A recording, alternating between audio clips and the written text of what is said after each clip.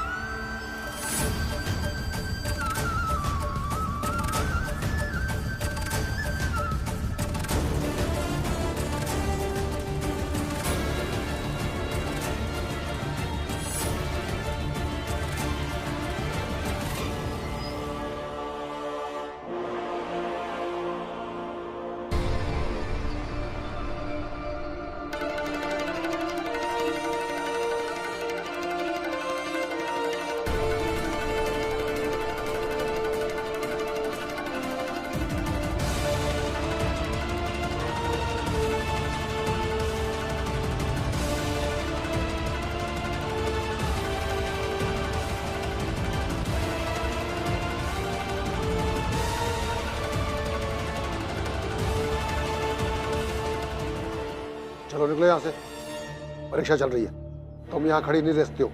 हाँ मैं जा रही हूँ, बस आप एक बार उन्हें अच्छे से देखें। क्या अच्छे से देखूं?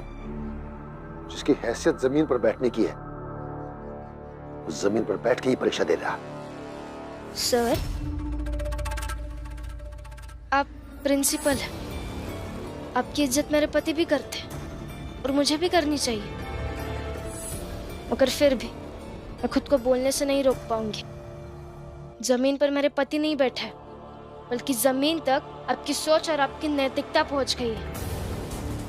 और अगर सभ्य समाज के शिक्षक की सोच ऐसी हो जाएगी तो खतरा मेरे पति को या हमारी जात से ज्यादा इस समाज को है। अरे कोई धक्के मार से बाहर निकालो। सर, आप इसके साथ ऐसे नहीं कर सकते। एक स्त्री को आप मेरे सामने अपमानित नहीं कर सकते हैं, और अगर आपने इसके लिए एक भी अपमानजनक शब्द का प्रयोग किया तो न सिर्फ मैं त्यागपत्र दे दूंगा, बल्कि इसके कारण मैं सारे घटनाक्रम को विस्तार से वर्णित करूंगा, और फिर आप तो जानते हैं कि आपकी नौकरी भी जाएगी। देखता हूं ये भीमराव स्नातक की परीक्षा कैसे पूरी कर पाता है, कैसे पास करता है।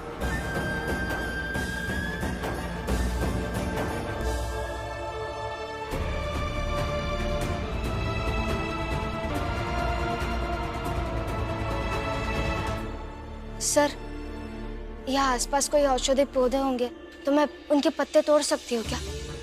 दवा बनानी है, उन्हें चोट लगी है ना, दर्द हो रहा होगा। जैसे ही परीक्षा खत्म हो जाएगी दवा लगा दूंगी। रमा, पत्ते तोड़ने में मैं भी तुम्हारी सहायता करता हूँ। कई बार भीमराव को चोटिल होने से मैं नहीं बचा पाता। दवा बनाने में तुम्हारी सहायता कर सका तो मुझे भी संतोष होगा। आओ।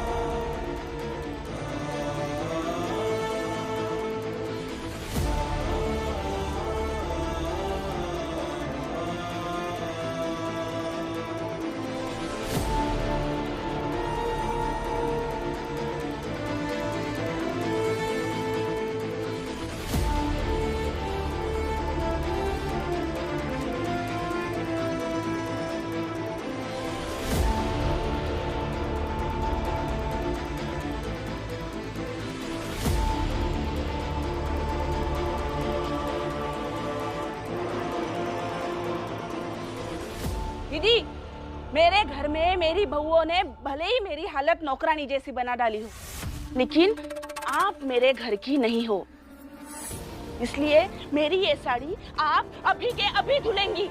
क्यों? मैं क्यों धोऊं? जो तूने किया वो मैंने किया, तो ये तेरे किए की सजा है। क्या? बस कीजिए सब।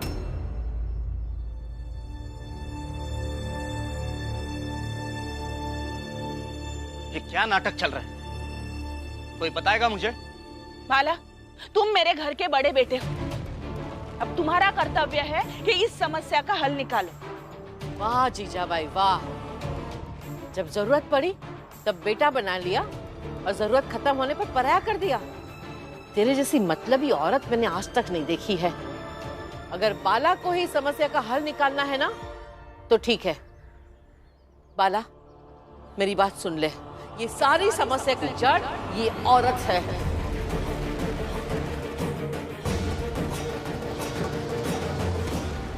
पर मुझे कोई बताएगा कि हुआ क्या है? मैं बताता हूँ। हाँ बताओ। नहीं, इनका ना घर घर का कहानी सुनाने में बड़ा मजा आवत है। बताओ। तो तुम खुद बता दो। मैंने तो बोल के पाप कर दिया। अब पाप हो गया ना तो चुप्पे रहो। हुआ दरअसल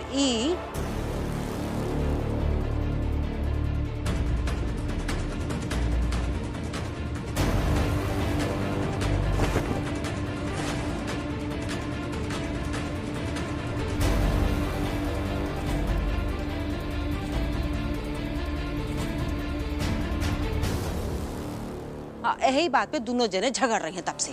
अरे झूठ बोल रहे हैं ये सब, मैंने ऐसा कुछ किया ही नहीं। ये सब लोग मिलकर मेरे खिलाफ साजिश कर रहे हैं। आई, मुझे मत बताइए कौन क्या कर रहा है और कौन क्या कर सकता है। फिलहाल मुझे बात आगे नहीं बढ़ानी, इसीलिए आप लड़िए मत। रही बात साड़ियों की, वो मैं धुलवा कर ला देता हूं।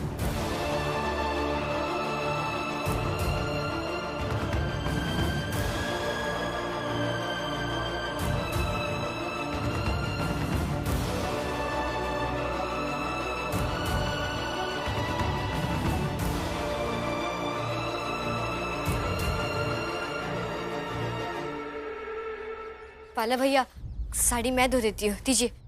लक्ष्मी, तुमने, आनंद ने, बुआ ने, भीम ने, रमा ने, सबने इस परिवार के लिए बहुत कुछ किया है। अब थोड़ा बहुत मुझे भी करने दो।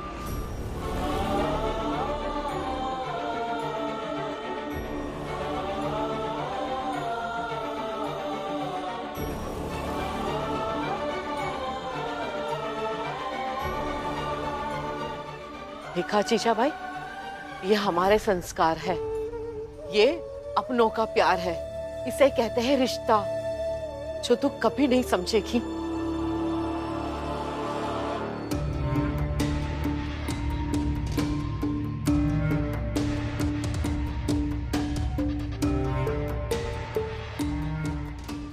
देखो देखो, उसे देखो कैसे लिख रहा है। जल्दी जल्दी लिखो, जो सिखाया था वो याद है ना? आराम से, लेकिन जल्दी, समझा?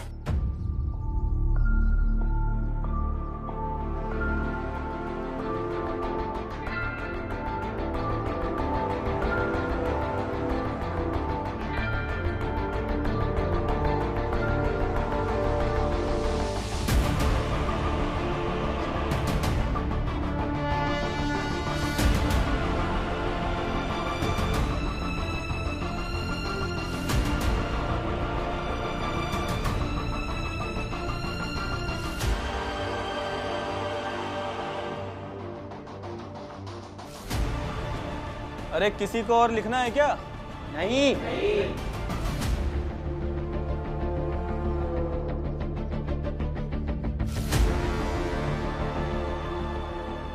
तो फिर एक बात बताओ दोस्तों, आ जाओ आ जाओ। हम ऊंची जात के जितने लड़के हैं सब लिख चुके हैं, तो अब हमारे सामने कोई छोटी जात का जवाब लिखेगा तो हम लिखने देंगे क्या? नहीं तो फिर सब चिल्लाओ, जोर से चिल्लाओ।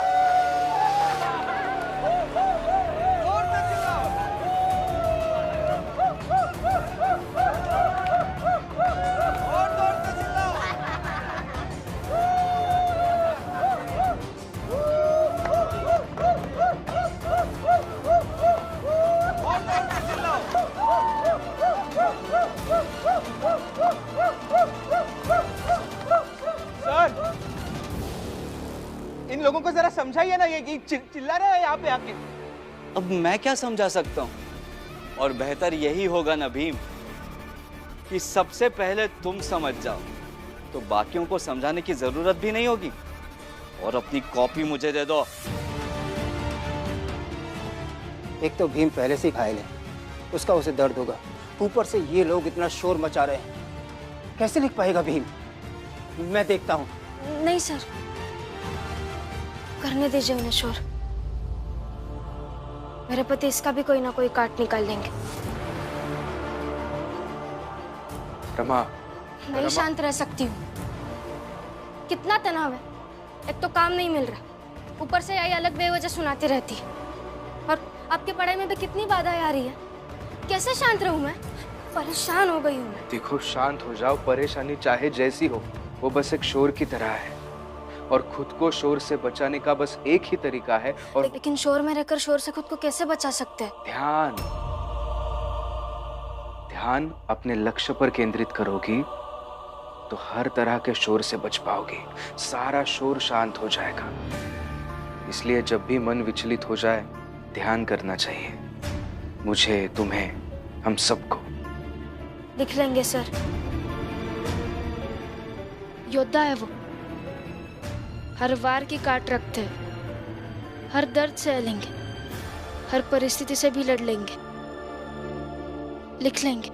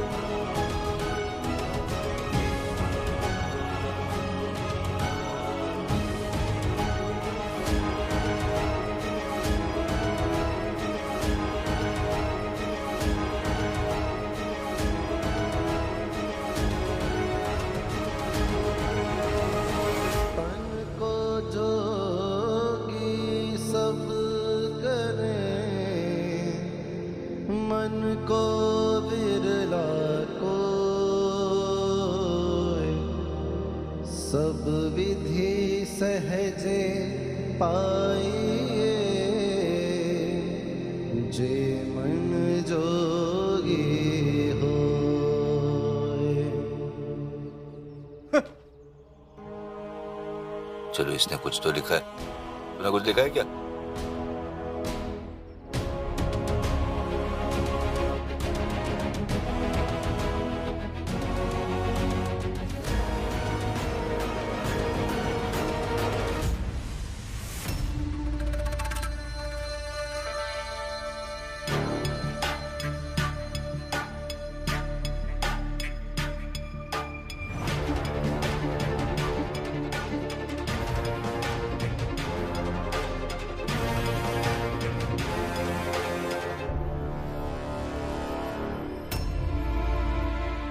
रमा, ले जाओ अपने पति को ताकि वो अगली परीक्षा की तैयारी और अच्छे से कर सके। धन्यवाद सर।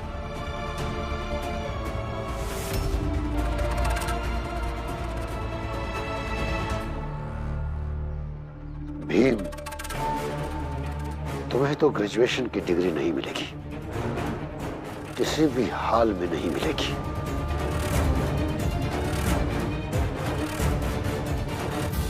बाबा, वो भीमराव 45 मिनट देर से आया। पर पता नहीं फिर भी कैसे उसने सारे प्रश्नों के उत्तर लिख दिए, जबकि पूरी क्लास में सिर्फ 3 लड़कों ने सारे प्रश्नों के उत्तर लिखे थे।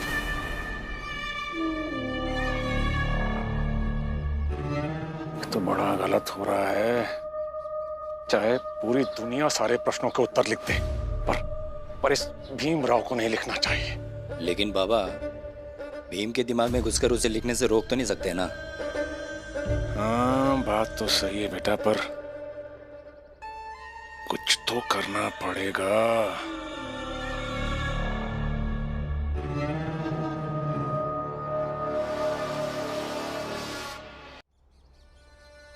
महिपाल, अभी और कितने विषय की परीक्षाएं बाकी हैं? बाबा 5। 5?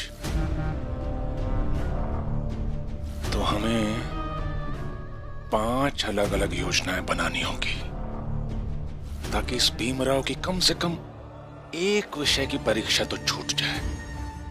अगर एक भी विषय की परीक्षा छूटी तो भीमराव फेल। महिपाल, तुम जाओ और अपनी परीक्षा की तैयारी करो, और मैं और शिशुपाल इस बात की तैयारी करते हैं कि ये भीमराव कैसे परीक्षा ना दे सके।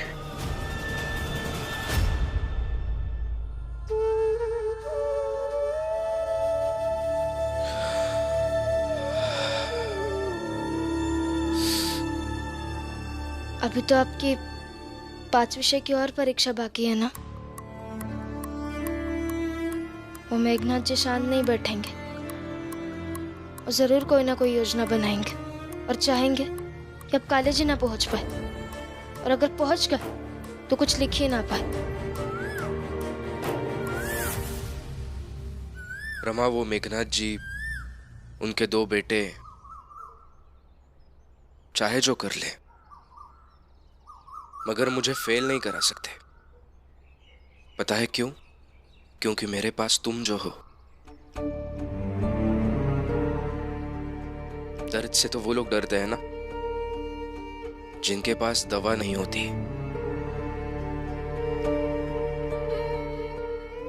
तुम मेरी दवा हो रमा। हर मुश्किल की काट हो तुम। हर मुश्किल परिस्थिति में दौड़कर आ जाती हो मेरी मदद करने। आज भी अगर तुम सही समय पर नहीं पहुंचती तो शायद गुरुजी मुझे कक्षा में बैठने ही नहीं देते।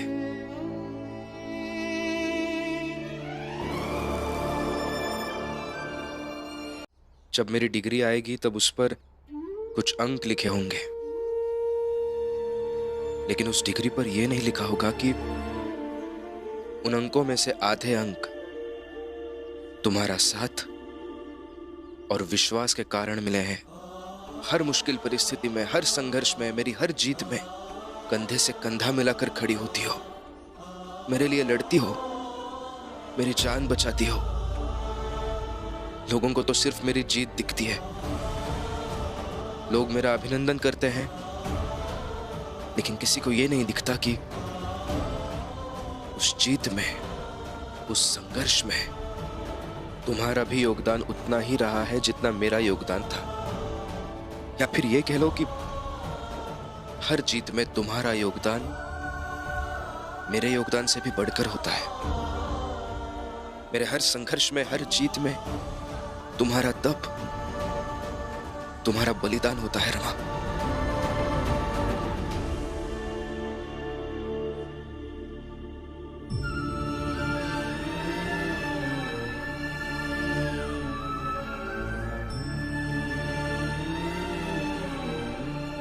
तुम मेरी जीवन जीने की प्रेरणा हो रमा।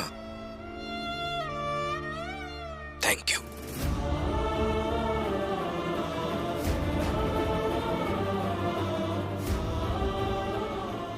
आपकी ऐसी बातें सुनकर ना मैं डर जाती। आपकी जितनी अपेक्षा है मुझसे, पता नहीं कभी पूरी कर भी पाऊंगी या नहीं। तुम मुझे पूरा करती हो उतना ही काफी है।